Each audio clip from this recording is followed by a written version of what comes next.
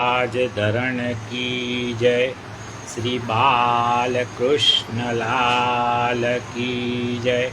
श्री भागवत भगवान की जय।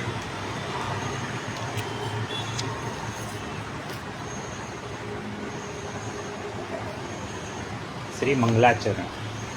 करारविन्देन पदारविन्देन मुखारविन्देन विनिवेशयन्तं वटस्य पत्रस्य पूते शयानं बालमुकुन्दं मनसा स्मरामि।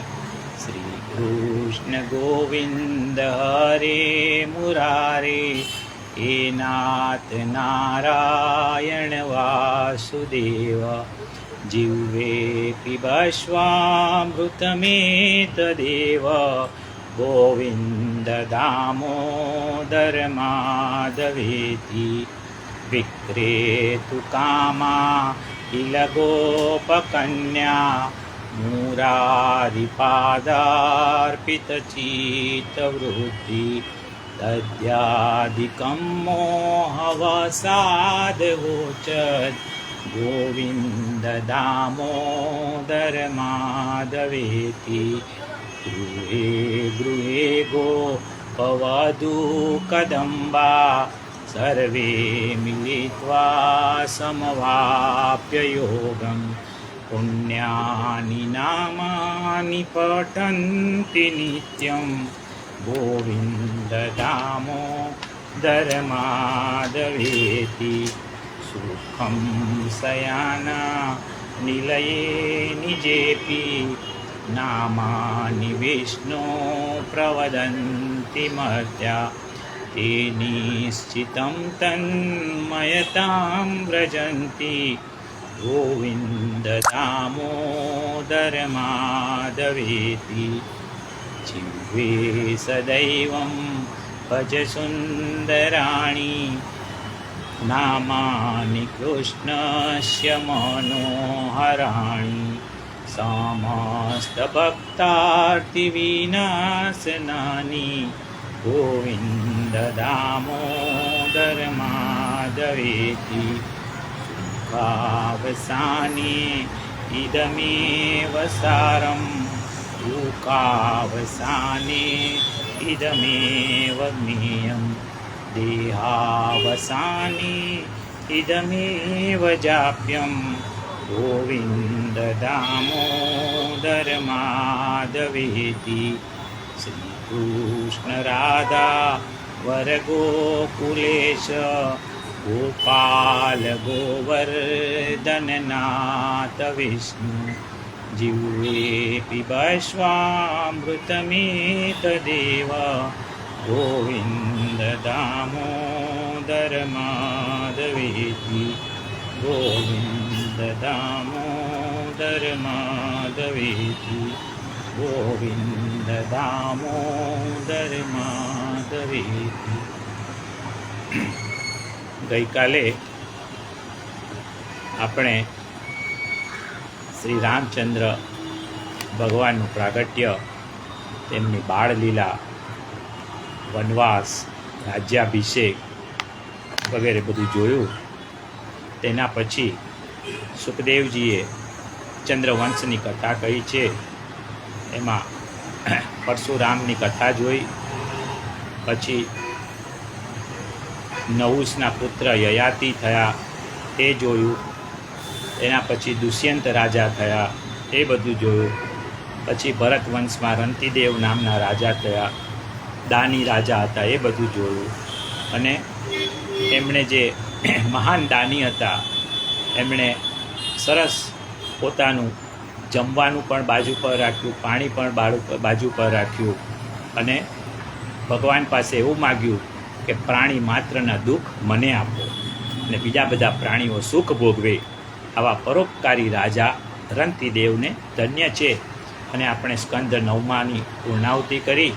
હવે આજે આગળ શ્રી કૃષ્ણાય નમઃ. સ્કંદ 10મો નિરોધ લીલા. દસમ સ્કંદની લીલાનું નામ નિરોધ લીલા છે.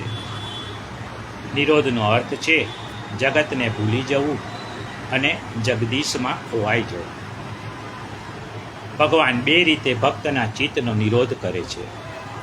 એક તો ઠાકોરજી પોતાના સ્વરૂપ દ્વારા ભક્તના ચિત્તનો નિરોધ કરે છે.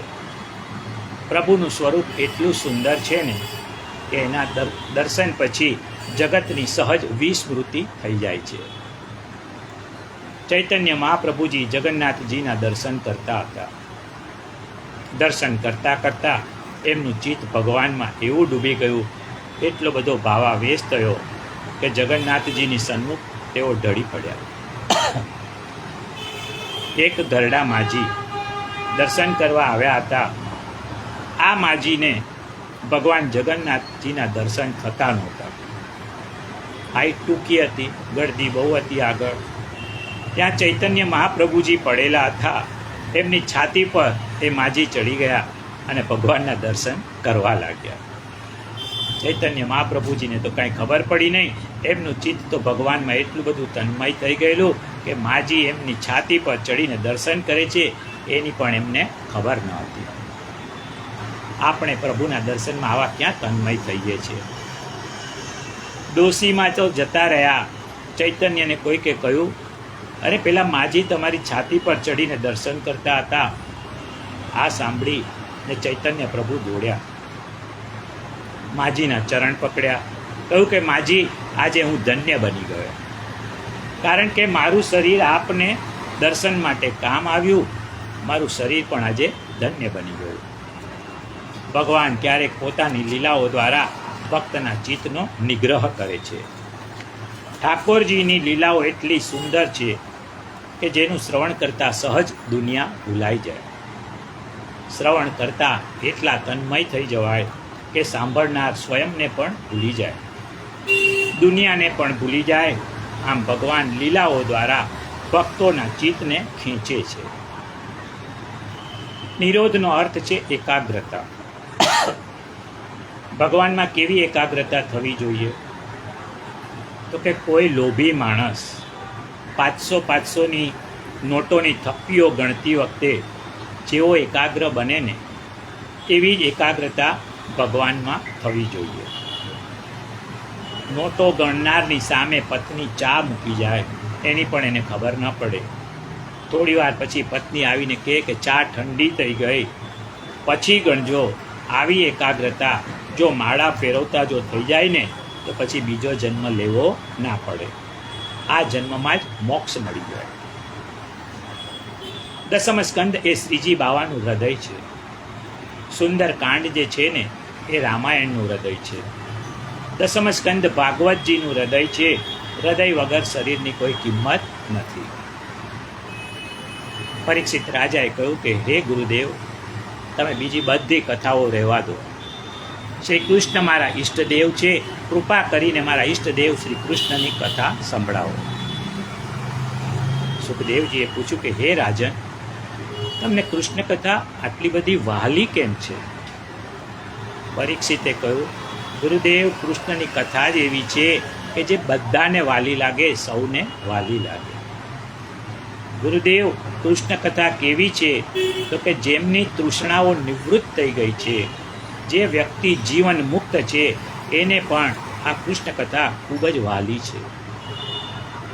ગુરુદેવ, આપને તો મુક્તિ મળી ગઈ છે, છતાં આપ સ્વયં આ ભાગવત કથા છોડતા નથી, તો મને તો હજી મુક્તિ મળી નથી, હું શા માટે ભાગવત છોડું?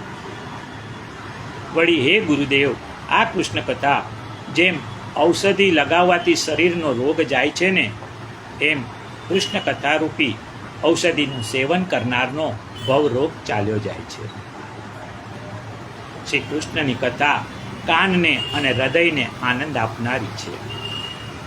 કેટલીક વાતો કાનને આનંદ આપે પણ હૃદયને આનંદ ન આપે, પરંતુ આ કથા એવી છે ને કે બંનેને આનંદ આપે છે.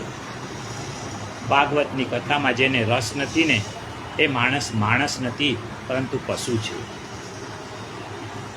કૃષ્ણ કથા કેમ પ્રિય છે એનું કારણ આપતા પરીક્ષિતજી વધુમાં કહે છે, ગુરુદેવ જુઓ, દુર્યોધનનું લશ્કર છે ને એ વિશાળ સાગર જેવું હતું. પરીક્ષિતે કૌરવ સૈન્યની ઉપમા આપી છે સાગરમ, એટલે કે સાગર જેવું. સાગરમાં તો મોટા મોટા મગરમચ્છ હોય. આ સૈન્યરૂપી સાગરમાં મગરમચ્છ કોણ હતા? દ્રોણ, ભીષ્મ, આ બધા મગરમચ્છ હતા. અને મોટા મગરમચ્છ હોય ને એ બધા નાની માછલીઓને ગળી જાય. પરીક્ષિત કહે છે કે મારા દાદા પાંડવો તો સાવ નાની નાની માછલીઓ જેવા હતા.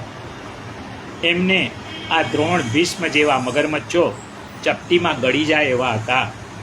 દ્રોણ, ભીષ્મને દેવો પણ હરાવી ન શકતા. તો પાંડવોની શું તાકાત કે દ્રોણ, ભીષ્મની સામે ટક્કર લઈ શકે? પરીક્ષિતજી કહે છે કે મારા દાદા પાંડવો એ શ્રી કૃષ્ણના ચરણને નૌકા બનાવી અને જે સાગરને પાર કરવો અશક્ય હતો એવા કૌરવોના સૈન્યરૂપી સાગરને મારા દાદા પાંડવોએ પાર કરી ગયા. મતલબ શ્રી કૃષ્ણની કૃપા ન હોત ને તો પાંડવોને સફળતા મળવી અશક્ય હતી. પરીક્ષિત બધો યશ ભગવાનને આપે છે, પરંતુ આપણે તો શું કરીએ? સફળ થઈએ ને તો સંપૂર્ણ યશ ભગવાનને આપતા નથી. એક ભાઈ જીવલેણ માંદગીમાંથી બેઠા થયા. શરૂઆતના 4 દિવસ તો એમણે કહ્યું કે મને તો છે ને ભગવાને જ બેઠો કર્યો, બાકી આ વખતે હું બચવાનો નહોતો. બધો યશ એણે ભગવાનને આપ્યો. 4 દિવસ ગયા પછી કહેવા માંડ્યું, અરે મારો ઓલો ડૉક્ટર પણ બહુ હોશિયારો, MD ડૉક્ટર છે, બાકી હું બચી શકું એમ હતું જ નહીં. એટલે થોડો યશ ડૉક્ટરને પણ આપ્યો. ભગવાનમાંથી એ યશ ઓછો કર્યો. વળી 4 દિવસ પછી પોતાનું સ્ટેટમેન્ટ બદલાવ્યું. આ વખતે મારી પત્નીની સેવાનું કહેવું પડે, ખડે પગે મારી સેવા કરી. પણ આપણે તો જો ગયા ખાતે જ હતા, પત્નીની સેવાને લીધે જ બચી ગયો. આમ થોડો યશ પાછો પત્નીના ખાતામાં જમા કર્યો. ફરી 4-6 દિવસ ગયા, વળી પાછું ફેરવી તોડ્યું. એટલે કે સાચું કહું, આ વખતે મેં પોતે પણ એટલી કાળજીપૂર્વક ચરી પાડીને ટાઈમસર દવા લીધી અને ડૉક્ટરની સૂચનાનું પૂરેપૂરું પાલન કર્યું. બાકી આ વખતની માંદગીમાંથી હું બચવાનો નહોતો. આમ થોડો યશ પોતે પણ લઈ લીધો. ભગવાનના ખાતામાં આપેલો પૂરેપૂરો યશ ધીમે ધીમે પોતાના, પત્નીના, ડૉક્ટરના ખાતામાં ટ્રાન્સફર કરી નાખ્યો. આવું આપણું બધાનું છે, પરંતુ ભગવાનને કોઈના યશની પડી નથી. છતાં પણ આપણે ન છૂટકે જ ભગવાનને યશ આપીએ છીએ. જ્યારે પરીક્ષિતે તમામ યશ શ્રી કૃષ્ણને આપ્યો, આ છે ને ભક્તના લક્ષણ છે. સુખદેવજીએ પૂછ્યું કે પરીક્ષિત, તમારા દાદાઓ પર શ્રી કૃષ્ણએ કૃપા કરી હતી એ વાત તો મને સમજાઈ ગઈ, પરંતુ તેથી તમારે શું? તમને કૃષ્ણની કથા શેના માટે પ્રિય છે?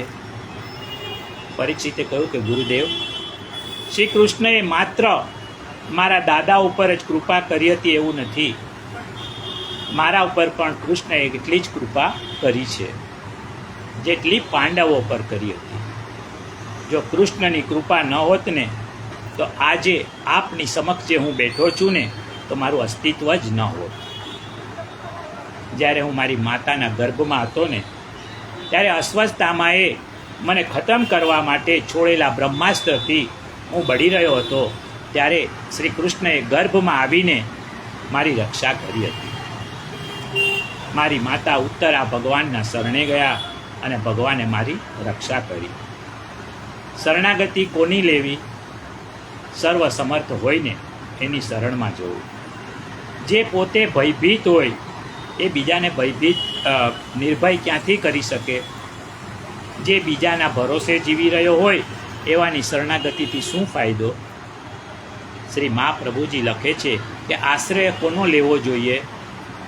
જે આખી દુનિયાને આશ્રય આપે, પણ જેને સ્વયં કોઈના આશ્રયની જરૂર નથી એનો જ આશ્રય લેવો જોઈએ. એટલે કે શ્રી કૃષ્ણાશ્રય લેવો જોઈએ. જુઓ, આપણે બધા છે ને કોઈને ને કોઈના આશ્રયથી જીવીએ છીએ. પટાવાળો હોય તો ક્લાર્કના આશ્રયથી, ક્લાર્ક મેનેજરના અને મેનેજર ડિરેક્ટરના આશ્રય હોય છે. જ્યારે શ્રી કૃષ્ણ આખી દુનિયાને આશ્રય આપે, પણ એને સ્વયં કોઈના આશ્રયની જરૂર નથી. માટે જ શ્રી કૃષ્ણનો આશ્રય લેવો. શ્રી કૃષ્ણની શરણાગતિ એટલા માટે લેવી કે સર્વસમર્થ છે. જે અસમર્થ હોય ને એના પગ પકડવાથી શું ફાયદો? શરણાગતિ કોની લેવી? તો કે જે દયાળુ હોય, કૃપાળુ હોય એની શરણાગતિ લેવી. નિષ્ઠુર માણસની શરણમાં જવાથી એ દાજ્યા ઉપર ડામ દેશે, મજાક મસ્કરી કરશે. કારણ કે દુનિયા છે ને પડતાને પાટું મારનારી છે, ત્યારે પરમાત્મા નિષ્ઠુર નથી, દયાળુ છે. એ કોઈના દુઃખને જોઈ શકતો નથી. માટે શરણાગતિ હંમેશા ઈશ્વરની જ લેવી. કારણ કે પ્રભુ છે ને શરણાગત વત્સલ છે. જે માણસ શરણમાં આવેલાની ઉપેક્ષા કરે ને ત્યાં જવાથી શું ફાયદો? ઈશ્વરને શરણાગત અતિશય વહાલા છે. ભગવાન પોતાના સ્વજન કરતાં પણ પહેલાં શરણાગતની રક્ષા કરે છે. એ આત્મીય કરતાં પણ આશ્રિતની રક્ષા સૌથી પહેલાં કરે છે. જુઓ, દેવકી છે ને ભગવાનની સગ્ગી માં છે, અને કુંતા જે છે એ શરણાગત છે. તો ભગવાને સગ્ગી માના 6 દીકરાને મરવા દીધા, પરંતુ શરણાગત કુંતાના 5માંથી એકને પણ એણે મરવા નહીં દીધા. બીજું, પ્રભુ છે ને શરણાગતના દોષો જોતા નથી. રાવણનો ભાઈ વિભીષણ શ્રી રામની શરણમાં આવ્યો ને તો એને પણ અપનાવી લીધો. વિચાર ન કર્યો કે આ તો દુશ્મનનો ભાઈ છે, વળી યુદ્ધનો કટોકટીનો સમય હતો. સાવચેતી વાપરવાના સમયે પણ પ્રભુ પોતાની ઉદારતા દયાળુતા છોડતા નથી. શ્રી મહાપ્રભુજી સુબોધિનીજીમાં લખે છે, ઠાકોરજીનો સ્વભાવ કેવો? શરણાગતનું કામ આવે ને ત્યારે ભગવાન પોતાનું કામ પણ પડતું મૂકે, અને આપણે આપણા પોતાના કામમાંથી ફુરસદ મળે ને તો જ આપણે બીજાનું કામ કરીએ. પોતાનું કામ અટકાવીને ક્યારેય આપણે બીજાને ઉપયોગમાં આવતા નથી. જુઓ, ભગવાન છે ને દ્વારિકા જતા હતા, ત્યારે ઉત્તરા દોડતા દોડતા આવ્યા, કહ્યું કે પ્રભુ મારી રક્ષા કરો. ત્યારે ભગવાને દ્વારિકા જવાનું મુલતવી રાખ્યું અને ઉત્તરાના ગર્ભની રક્ષા કરી પોતાનું કામ પડતું મૂક્યું. શરણસ્ત સમુદાર કૃષ્ણમ વિજ્ઞાપ્યામ્યહમ. શરણે આવેલાનો સમુદ્ધાર કરવો ને એ શ્રી કૃષ્ણનો સ્વભાવ છે. શ્રી મહાપ્રભુજી સુબોધિનીમાં પ્રશ્ન ઉઠાવે છે કે જ્યારે પરીક્ષિત ગર્ભમાં હતા ત્યારે ભગવાને એની રક્ષા કરી, તો એ જ પરીક્ષિતની શમિક ઋષિના પુત્ર શૃંગી ઋષિના શ્રાપથી રક્ષા કેમ ન કરી? આ પ્રશ્નનો શ્રી મહાપ્રભુજી સ્વયં પોતે જ જવાબ આપે છે. શું કહે છે? પરીક્ષિતની ગર્ભમાં રક્ષા એટલા માટે કરી કે પરીક્ષિત પાંડવોના વંશનું એક જ સંતાન હતું. પરીક્ષિત જો ખતમ થઈ જાય ને તો પાંડવોનો વંશ આગળ ચાલે નહીં. અને પાંડવો તો ભક્ત હતા. ભક્તના વંશને આગળ ચલાવવા માટે ભગવાને પરીક્ષિતની ગર્ભમાં રક્ષા કરી. જ્યારે શૃંગી ઋષિએ શ્રાપ આપ્યો ત્યારે પરીક્ષિતના દીકરાના ઘેર પણ દીકરા હતા, એટલે વંશ ન રહેવાનો પ્રશ્ન જ ન હતો. અને બીજું, પરીક્ષિતને શ્રી સુખદેવજીનો સત્સંગ કરાવવો હતો. પરીક્ષિત ગર્ભમાં બચી જાય તો શ્રી સુખદેવજીનો સત્સંગ મળે અને એનું મૃત્યુ ધન્ય બની જાય. બ્રહ્માસ્ત્રથી બળીને મરે ને એ સારું ન કહેવાય, એમાં જીવનો ઉદ્ધાર ન થાય. જ્યારે સુખદેવજીના મુખેથી ભાગવત સાંભળી પરીક્ષિતનો દેહ છૂટે તો મોક્ષ થાય, આવા ઉમદા ઉદ્દેશ્યથી ભગવાને પરીક્ષિતને ગર્ભમાં બચાવ્યો અને શ્રાપથી ન બચાવ્યો. સુખદેવજીએ પરીક્ષિતને કહ્યું કે હે રાજન, તમે 4 દિવસથી કાંઈ લીધું નથી. હવે તમે ફળાહાર કરી ગંગાજળનું પાન કરી લો, પછી હું કથાનો પ્રારંભ કરીશ. ત્યારે પરીક્ષિતે કહ્યું, ગુરુદેવ, સંસારમાં છે ને ઘણા દુઃખો છે. એક છે ગરીબાઈ. ગરીબનું લોકો ખૂબ જ અપમાન કરે, મસ્કરી કરે. બીજું ગળપણનું દુઃખ છે. ગળપણમાં છે ને માણસ લાચાર બને છે. આંખ, કાન, હાથ, પગ આ બધું કામ ન કરે. ત્રીજું દુઃખ છે ને ભૂખનું છે. સાપણ ભૂખી થાય ને ત્યારે પોતાના બચ્ચાને જ ખાઈ જાય. બુભુક્ષિતમ કિમમ ન કરોતિ પાપમ. ભૂખ્યો માણસ કયું પાપ ન કરે? મહારાજ, મારા હાથે ઋષિના ગળામાં સર્પ નાખવાનું જે પાપ થયું ને એ આ ભૂખને લીધે થયું. હું શિકાર કરવા ગયો ત્યારે મને ભૂખ લાગી. હું શ્રમિક ઋષિના આશ્રમમાં ગયો, ત્યાં ખાવા પીવા કાંઈ મળ્યું નહીં. મારાથી ભૂખ સહન ન થઈ અને ગુસ્સામાં ઋષિના ગળામાં સાપ નાખ્યો. પણ અત્યારે હું ભૂખ્યો નથી, કારણ કે હું આપના મુખનું અમૃત પાન કરું છું, એટલે મને ભૂખ તરસની પીડા થતી નથી. શ્રી મહાપ્રભુજી લખે છે, ભગવાનની કથાનું શ્રવણ કરતાં કરતાં દેહાધ્યાન છૂટે ને ત્યારે શ્રવણ ભક્તિ બની જાય છે. અને જ્યારે ભૂખ ન લાગે, તરસ ન લાગે, અરે ઘર યાદ ન આવે, બાજુમાં કોણ બેઠું છે એની પણ ખબર ન પડે ને, એનું નામ છે શ્રવણ ભક્તિ. પરીક્ષિતે કહ્યું કે ગુરુજી, આપ મારી ફિકર ના કરો. મને ઋષિનો શ્રાપ છે એટલે હું 7 દિવસ પહેલાં તો મરવાનો જ નથી. જળ નહીં પીવું ને તો પણ નહીં મરું. આપ આપની કથા ચાલુ રાખો, આ કથાનો પ્રવાહ ન અટકાવો.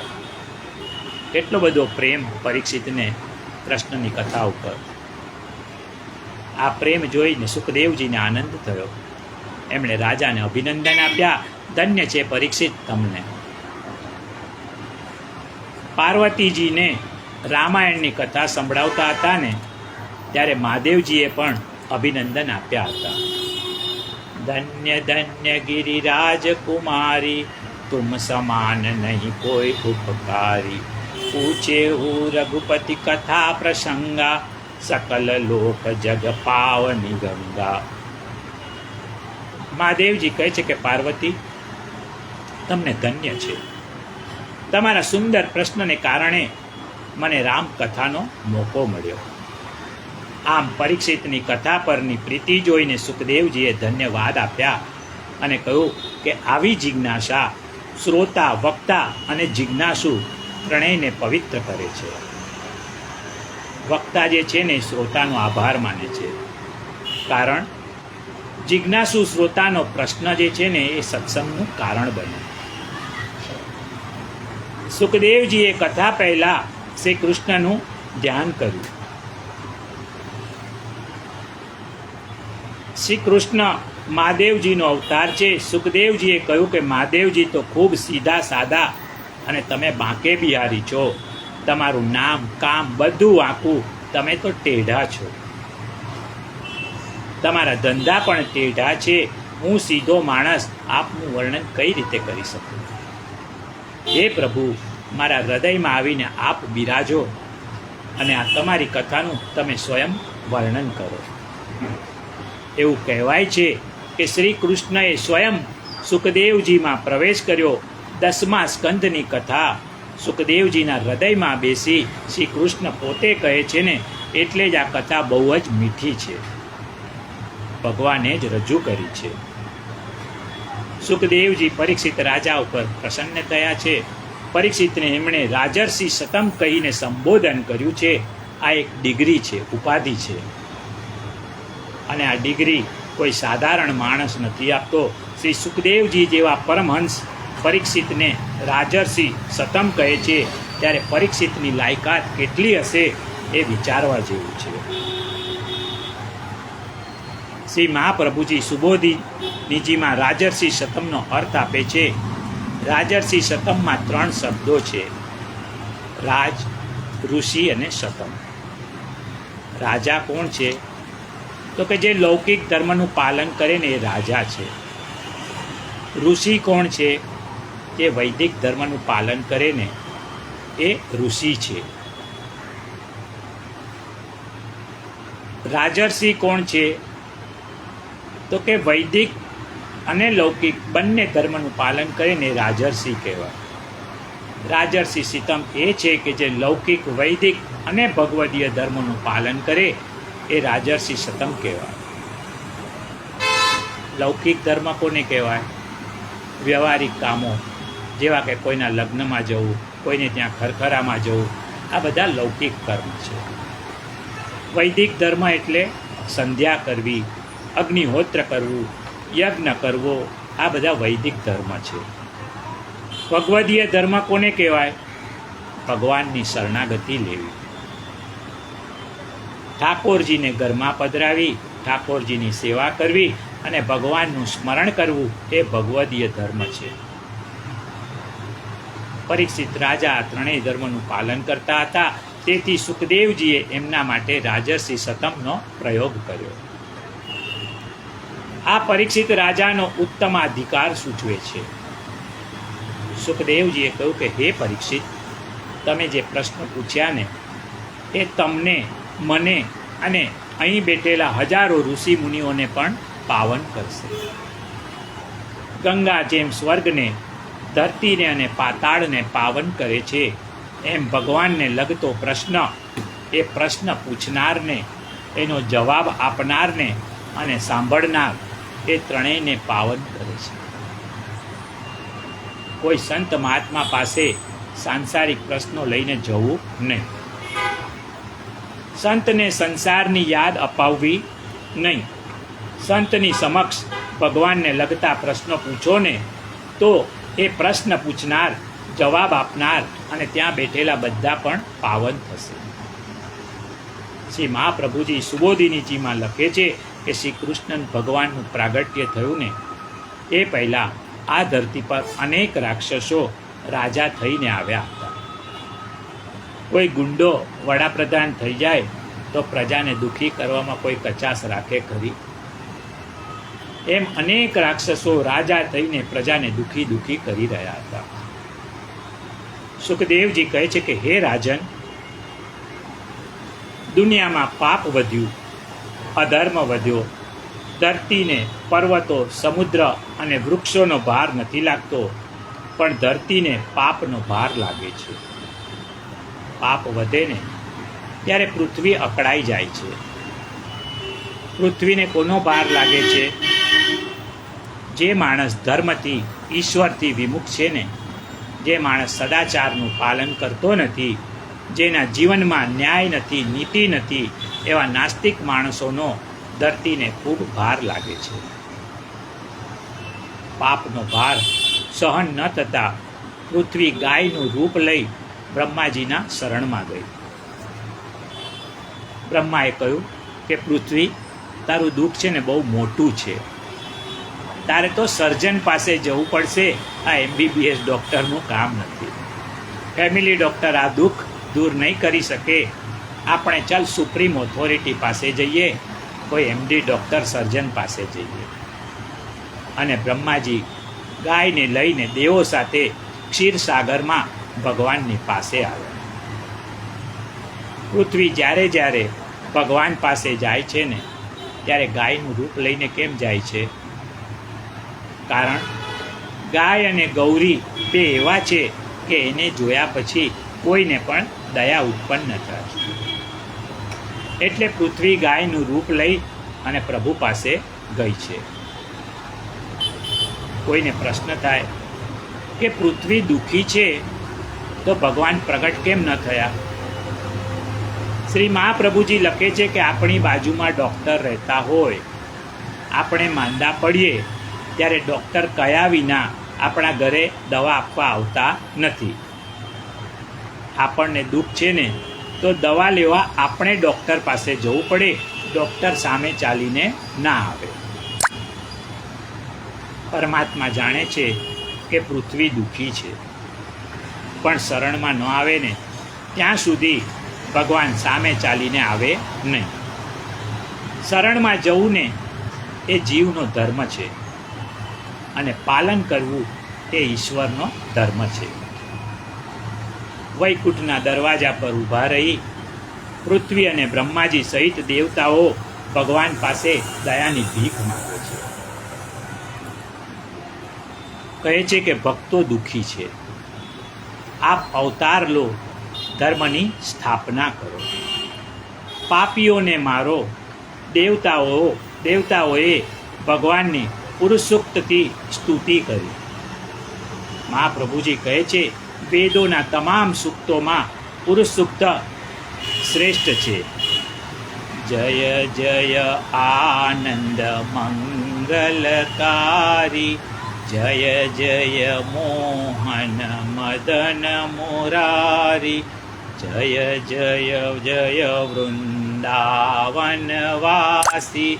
જય જય જય જય કુંજ બિહારી, જય જય જય આનંદ મંગલકારી, જય જય જય મધુવન બંસીવટ નંદ યશોદા અજીર વિહારી, જય જય આનંદ મંગલકારી, ગોપી વલ્લભ શ્યામ મુરારી, શ્રી મધુસૂદન શ્રી बनवारी. ओ प्रभु शरण में शरण तिहारी, भव भयहारी जय हितकारी, जय जय जय आनंद मंगलकारी. દેવતાઓની સ્તુતિથી ભગવાન પ્રસન્ન થયા અને કહ્યું કે હું કંસના કારાગૃહમાં વસુદેવ દેવકીના પુત્ર તરીકે આવું છું. તમે બધા દેવતાઓ યાદવો તરીકે જન્મ લો. દેવતાઓને આશ્વાસન આપી અને ભગવાન અંતર્ધાન થઈ ગયા. મથુરાના રાજા ઉગ્રસેનના મોટા ભાઈ દેવકની પુત્રી દેવકીના લગ્ન વસુદેવ સાથે થયા. વસુદેવ દેવકીને રથમાં બેસાડી કંસ મથુરાના માર્ગ પરથી આગળ જાય છે. કંસે સાફો બાંધ્યો છે, બહેન બનાવીને વળાવવા જાય છે. આનંદ થઈ રહ્યો છે. મથુરાના માર્ગો રોશનીથી ઝળહળી રહ્યા છે. સ્ત્રીઓ મંગલ ગીત ગાય છે. કંસ દેવકીને કહે છે કે બેન જલ્દી પાછા ઘેર આવજો, હું તમારી વાટ જોઈશ. દેવતાઓ ભગવાન ક્યારે પ્રગટે ને એની રાહ જોઈ રહ્યા છે. ભગવાનને પ્રકટ થવા માટે બહાનું જોઈએ. દેવતાઓએ આકાશવાણી કરી, જોરથી પવન ફૂંકાયો, વીજળી ચમકવા લાગી. ઉપરથી અવાજ આવ્યો, હે કંસ, તારી બહેનનો 8મો ગર્ભ તને મારશે. કંસ આ સાંભળીને ભયભીત થઈ ગયો, રથમાંથી બહાર કૂદી પડ્યો. દેવકી ભાગી ન જાય એટલે કંસે દેવકીનો ચોટલો પકડ્યો. પાપ વધે ને એમ ભય વધારે લાગે. પુણ્યશાળી કરતા પાપીનો ભય મોટો હોય. પુણ્ય નિર્ભય બનાવે છે, જ્યારે પાપ હોય ને ભયભીત કરે છે. કંસ તલવાર લઈને દેવકીને મારવા જાય છે. વસુદેવે કંસનો હાથ પકડી લીધો. કંસ બળવાન હતો, એનામાં 10,000 હાથીનું બળ હતું. અખાડામાં કસરત કરતી વખતે હાથીને આકાશમાં ઉછાળે એટલું બધું બળ. વસુદેવનું શું ગજું? પરંતુ આજે વસુદેવમાં ભગવાનનો આવેશ થયો. કંસનો હાથ પકડ્યો અને સમજાવ્યો કે હે કંસ, તું ભોજવંશની કીર્તિ વધારનાર સુરવીર છે. બીજું આ દેવકી છે ને એક સ્ત્રી છે અને તારી બહેન પણ છે, અને આ લગ્નનો મંગળ સમય છે. આ બધું જોતા તું દેવકીને છોડી દે. કંસે વિચાર્યું, વસુદેવમાં મને પકડવાની હિંમત ક્યાંથી આવી? સમજી ગયો કે દૈવી શક્તિ છે. એણે નમતું જોખ્યું કંસે કહ્યું કે એક શરતે હું દેવકીને છોડવા તૈયાર છું. દેવકીના બધા સંતાન મને આપી દેવા. વસુદેવે કંસની આ શરત સ્વીકારી લીધી. કંસ જાણતો હતો કે વસુદેવ જુઠ્ઠું બોલતા નથી, એથી એણે દેવકીને મારવાનો વિચાર છોડી દીધો. વસુદેવ દેવકી પોતાના ઘરે આવ્યા. દેવકીજીને કીર્તિમાન નામનો પ્રથમ પુત્ર થયો. એને લઈને વસુદેવ કંસને આપવા ગયા. કંસ વસુદેવની વચન નિષ્ઠાથી પ્રસન્ન થયો. એણે વિચાર્યું કે આકાશવાણી પ્રમાણે તો મારો દુશ્મન દેવકીનો 8મો પુત્ર છે, તો હું આ નિર્દોષ બાળકને શા માટે મારું? અને આવા સત્યવાદી વસુદેવ દેવકીને દુઃખ શા માટે પહોંચાડું? કંસે કહ્યું કે વસુદેવ, તમે આ પુત્રને સુખેથી ઘરે લઈ જાઓ, મને આનાથી કોઈ ભય નથી. વસુદેવ પુત્રને લઈને ઘેર આવ્યા. દેવકી પુત્રને જોઈને ખૂબ પ્રસન્ન થયા ને કહ્યું કે કંસ સુધરી ગયો. વસુદેવે કહ્યું કે નહીં દેવકી, કંસ છે ને દુષ્ટ બુદ્ધિનો છે, એનું મન એના હાથમાં નથી, એ ગમે ત્યારે ફેરવી તોડે. એટલે પુત્રને લઈ આવ્યા ને છતાં પણ વસુદેવને વિશ્વાસ નથી. સુખદેવજીએ કહ્યું કે હે રાજન, નારદ મુનિ કંસની પાસે ગયા અને કહ્યું કે કંસ, તું ભોળો છે, તું દેવતાઓની અટપટી ભાષા સમજતો નથી. દેવકીનો ગમે તે પુત્ર 8મો પુત્ર થઈ શકે છે. યદુવંશી તમામ સ્ત્રી પુરુષો બધા દેવતા છે અને અસુરોને મારવાની તૈયારી કરી રહ્યા છે. કંસે કહ્યું કે નારદ, તમે મને ચેત્યો ને સારું કર્યું. એણે નક્કી કર્યું યાદવોનો વિશ્વાસ ન કરવો.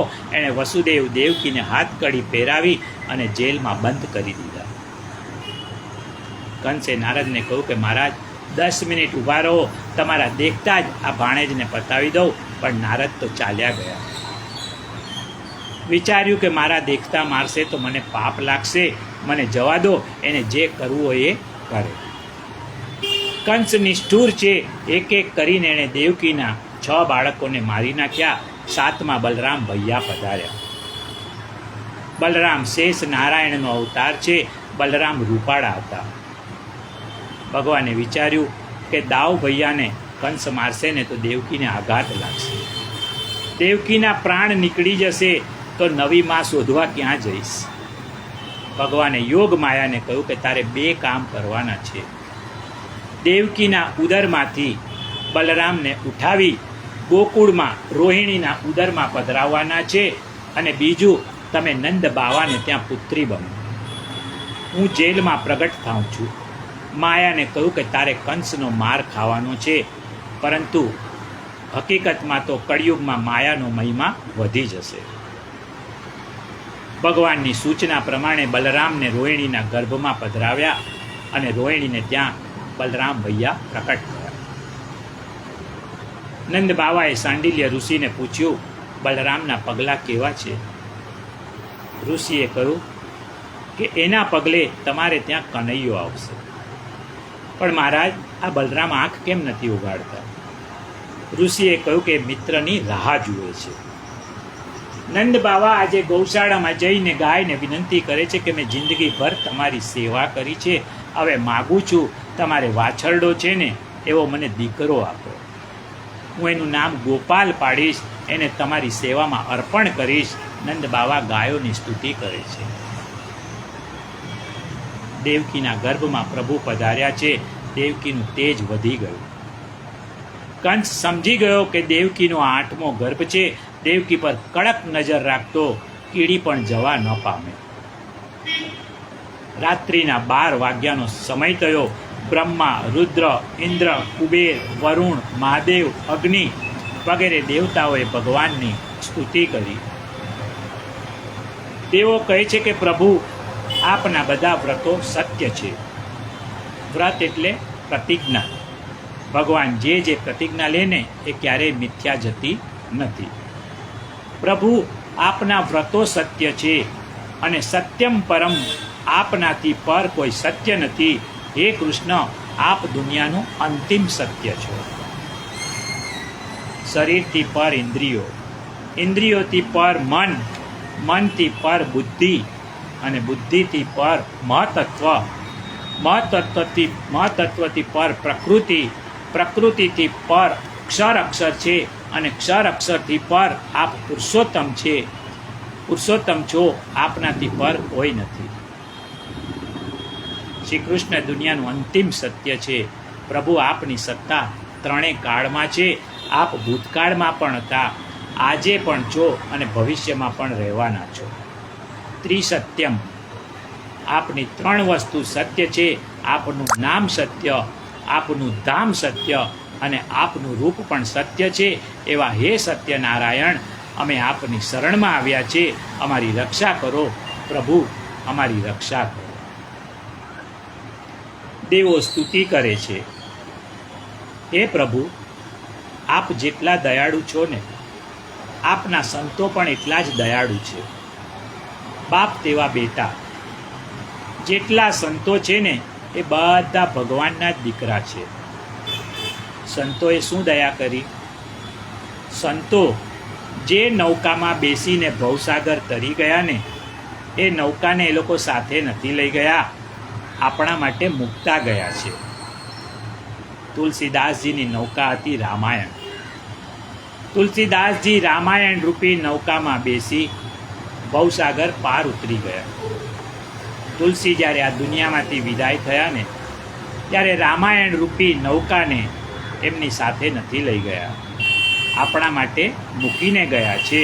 એટલા માટે કે જ્યારે પણ જેને જેટલો સમય મળે એ રામાયણની નૌકામાં બેસી અને ભવપાર ઉતરી શકશે. સુખદેવજી, પરીક્ષિત, વ્યાસ, નારદ, સૂતજી, સૌનક વગેરે કઈ નૌકામાં બેઠા હતા? આ બધા ભાગવતની નૌકામાં બેઠા હતા અને ભવસાગર પાર ઉતરી ગયા. અને આ બધા સંતો જ્યારે દુનિયામાંથી વિદાય થયા ને, ત્યારે ભાગવત રૂપી નૌકા આપણા માટે મૂકતા ગયા. આ સંતોની કરુણા છે. પણ આ સત્સંગની નૌકામાં બેસવું સહેલું નથી હો. સત્સંગ બધાને સુલભ નથી. અને બિનુ સત્સંગ વિવેક ન હોય, રામ કૃપા બિન સુલભ ન હોય. આ સત્સંગની નૌકામાં બધા બેસી શકતા નથી. જેના પર ભગવાનની કૃપા હોય ને, એ આવી સત્સંગની નૌકામાં બેસી શકે. આ બધાનું કામ નહીં, કારણ કે કંટાળો આવે, કામ હોય. જુઓ, ગટરનો કીડો છે ને, એ ગુલાબના ફૂલની સુવાસથી ગૂંગળામણ અનુભવવા માંડે.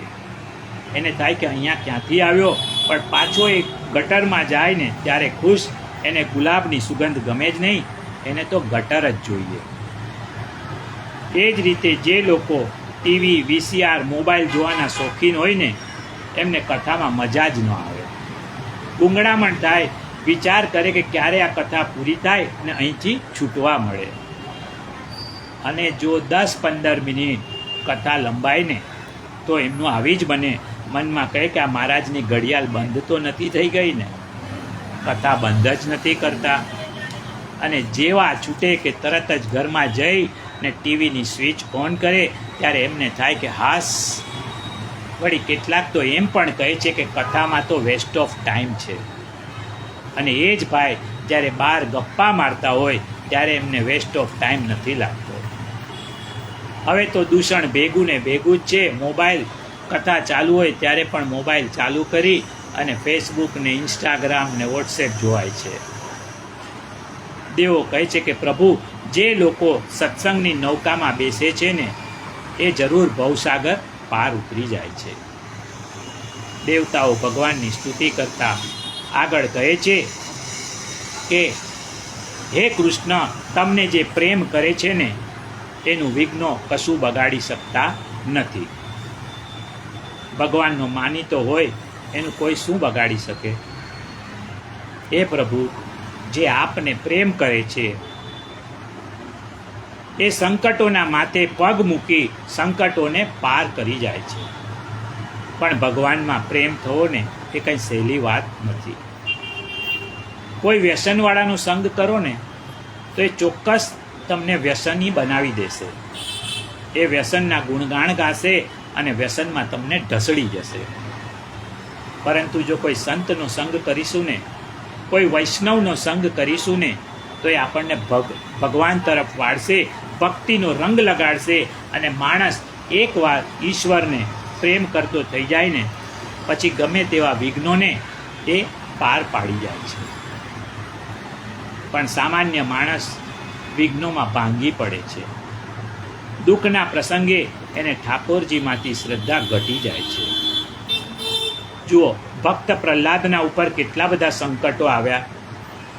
એના બાપે એના પર કેટલા જુલમો ગુજાર્યા, છતાં પણ એને ભગવાનમાં અશ્રદ્ધા થઈ નથી. પ્રહલાદે ક્યારેય એમ નથી વિચાર્યું કે હું ભક્તિ કરું છું છતાં મને આટલી તકલીફ કેમ પડે છે, ભગવાન છે કે નહીં એવો વિચાર એને ક્યારેય પણ આવ્યો નથી.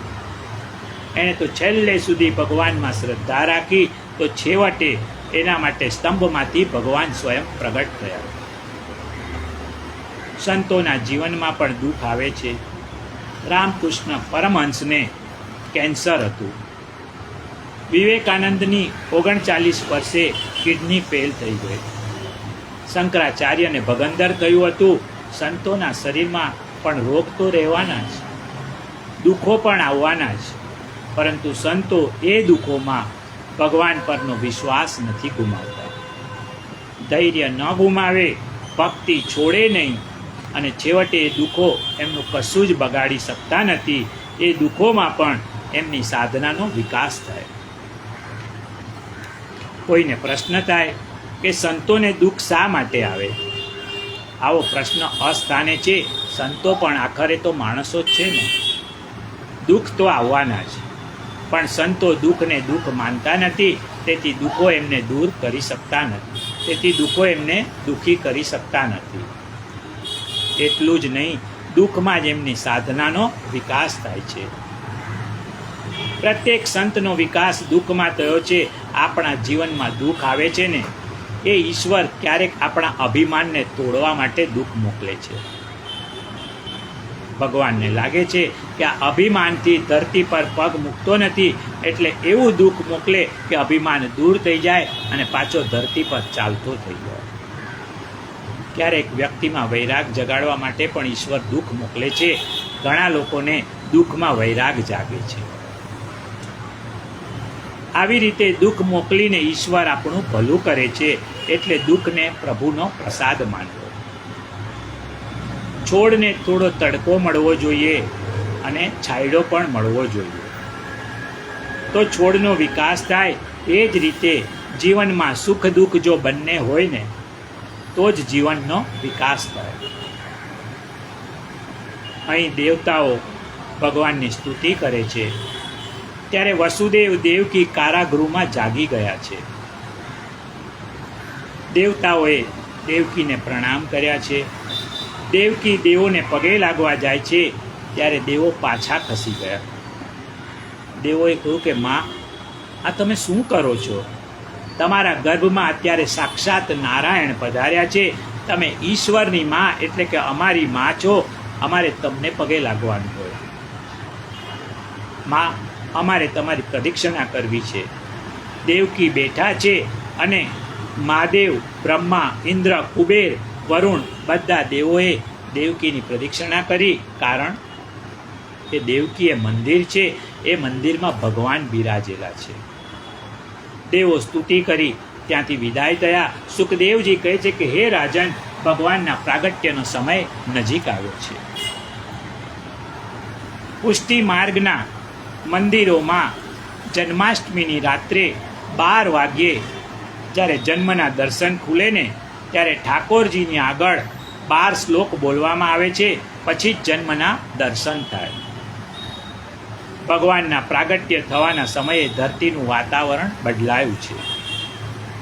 શ્રી મહાપ્રભુજી લખે છે કે શ્રી કૃષ્ણના પ્રાગટ્ય વખતે આધિદૈવિક સમય આવ્યો છે. પ્રભુ કાલના સ્વામી છે, પ્રભુ પ્રકૃતિના સ્વામી છે. જ્યારે પ્રભુ પધારે ને, ત્યારે પ્રકૃતિ પ્રભુના સ્વાગત માટે તત્પર બની છે. પ્રકૃતિના તત્વો વિશુદ્ધ બન્યા છે, આકાશ સ્વચ્છ છે, ચંદ્ર પ્રસન્ન છે, દિશાઓ પ્રસન્ન છે. દિશાઓ કેમ પ્રસન્ન છે? કારણ કે કંસના ભયથી દિશાઓના પતિ દિગ્ગજો દિશાઓને છોડીને નાસી ગયા છે. કૃષ્ણના પધારવાથી કંસ મરાશે અને દિશાઓના સ્વામી દિગ્ગજો પાછા ઘરે આવશે. એટલે દિશાઓ પ્રસન્ન છે. ધરતી કેમ પ્રસન્ન છે? ભૂમિની વિનંતીથી ભૂમિનો ભાર ઉતારવા આજે પ્રભુ પ્રગટે છે. ધરતી કહે છે કે વૃંદાવનમાં પ્રભુ ખુલ્લા ચરણે વેણુ વગાડતા ચાલશે ને, ત્યારે મધુરાપતિના ચરણનો સ્પર્શ મને મળશે. એટલે ધરતી પ્રસન્ન છે. શ્રી કૃષ્ણના પ્રાગટ્ય વખતે નદીઓના જલ સ્વચ્છ બન્યા છે. નદીઓને થયું કે આ કૃષ્ણ એ તો અમારા બનેવી થવાના છે. ભગવાન બીજા કોઈ અવતારમાં નદી સાથે પરણ્યા નથી, પણ કૃષ્ણાવતારમાં પ્રભુ યમુનાજી સાથે પરણવાના છે. તેથી બીજી નદીઓના બનેવી થવાના. અને બનેવી આવતા હોય ત્યારે સાડીઓને આનંદ થાય. એટલે નદીઓ પ્રસન્ન થઈ અને આજે તરંગો ઉછાળે છે.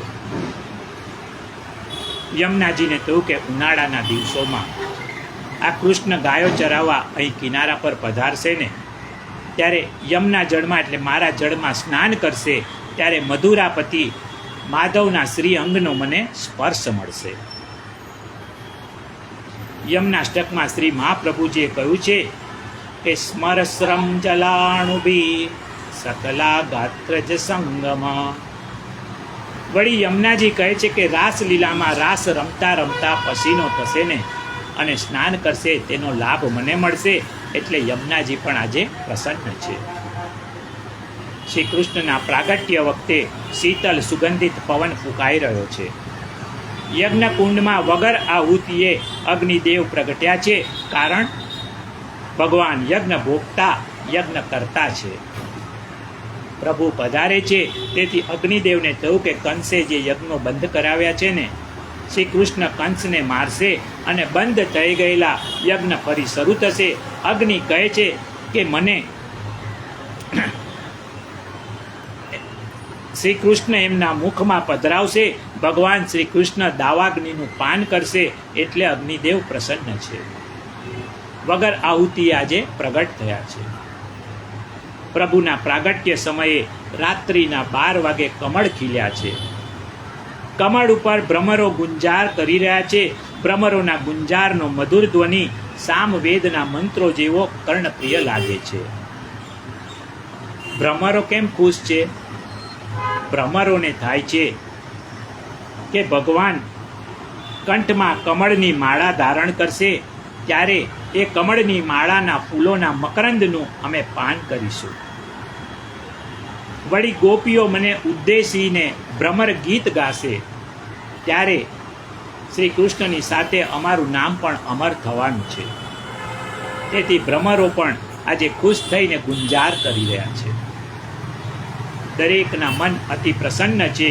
વાતાવરણમાં સાત્વિકતા હોય ને ત્યારે મન પ્રસન્ન થાય છે. વાતાવરણ રાજસિક હોય તો મનમાં વિકાર જાગે છે, અને વાતાવરણ તામસિક હોય ને તો ક્લેશ થાય છે. આકાશમાં સિદ્ધો ચારણો ભગવાનની સ્તુતિ કરી રહ્યા છે. કિન્નરો મંગલ વાજિંત્રો વગાડી રહ્યા છે. ચારે બાજુ મંગલમય વાતાવરણ છે. અપ્સરાઓ નાચી અને પોતાની કલા સાર્થક કરે છે. આપણી પાસે જે કલા હોય ને, એ કલાનો ઠાકોરજી માટે ઉપયોગ થાય ને, તો એ કલા એના માટે કલ્યાણનું સાધન બની જાય છે. મેઘોનો ગડગડાટ થઈ રહ્યો છે, કારણ મેઘશ્યામ પ્રભુ પધારે છે. સમુદ્ર મોજા ઉછાળે છે. સમુદ્રને થયું કે પ્રભુ ભલે મથુરામાં પ્રગટે છે, પણ 100 વર્ષ સમુદ્રમાં એટલે કે દ્વારિકામાં રહેવાના છે. સમુદ્રને શ્રી કૃષ્ણના સાન્નિધ્યનો આજે આનંદ છે. સમુદ્રમાં પણ ભાવની ભરતી આવી છે. શ્રાવણ મહિનો છે, કૃષ્ણ પક્ષ છે, અષ્ટમી તિથિ છે, રોહિણી નક્ષત્ર છે. રાત્રિના 12 વાગે જ્યારે કારાગૃહમાં ઘનઘોર અંધકાર છવાયેલો હતો, ત્યારે વસુદેવ દેવકીએ પ્રથમ ચરણારવિંદના દર્શન કર્યા, ઘૂંટણના દર્શન કર્યા, અને ત્યાં ચતુર્ભુજ નારાયણ પ્રગટ થયા છે કારાગૃહમાં. એ ચતુર્ભુજ નારાયણના દર્શન કરતા કરતા વસુદેવ દેવકીને આનંદ આનંદ થઈ ગયો. બોલો કૃષ્ણ કનૈયા લાલ કી જય, શ્રી બાલકૃષ્ણ લાલ કી જય, શ્રી નવનીત પ્રિયા લાલ કી જય. આનંદ સાગર ઉમટ્યો રેલો, વસુદેવ દેવકી દ્વાર મારા વાલા. આનંદ સાગર ઉમટ્યો રેલો, પીળા પીતાંબર પહેર્યા રેલો, ઓઢ્યા ઉપરણા સાર મારા વાલા. આનંદ સાગર ઉમટ્યો રેલો, બાહે બાજુ બંધ બેર કારેલો, ઓચી છે રત્ન જડિત મારા વાલા. આનંદ સાગર ઉમટ્યો રેલો, કેળે સોએ કટી મેકલા રેલો, ચરણે ઝાંઝરનો ઝમકાર મારા વાલા.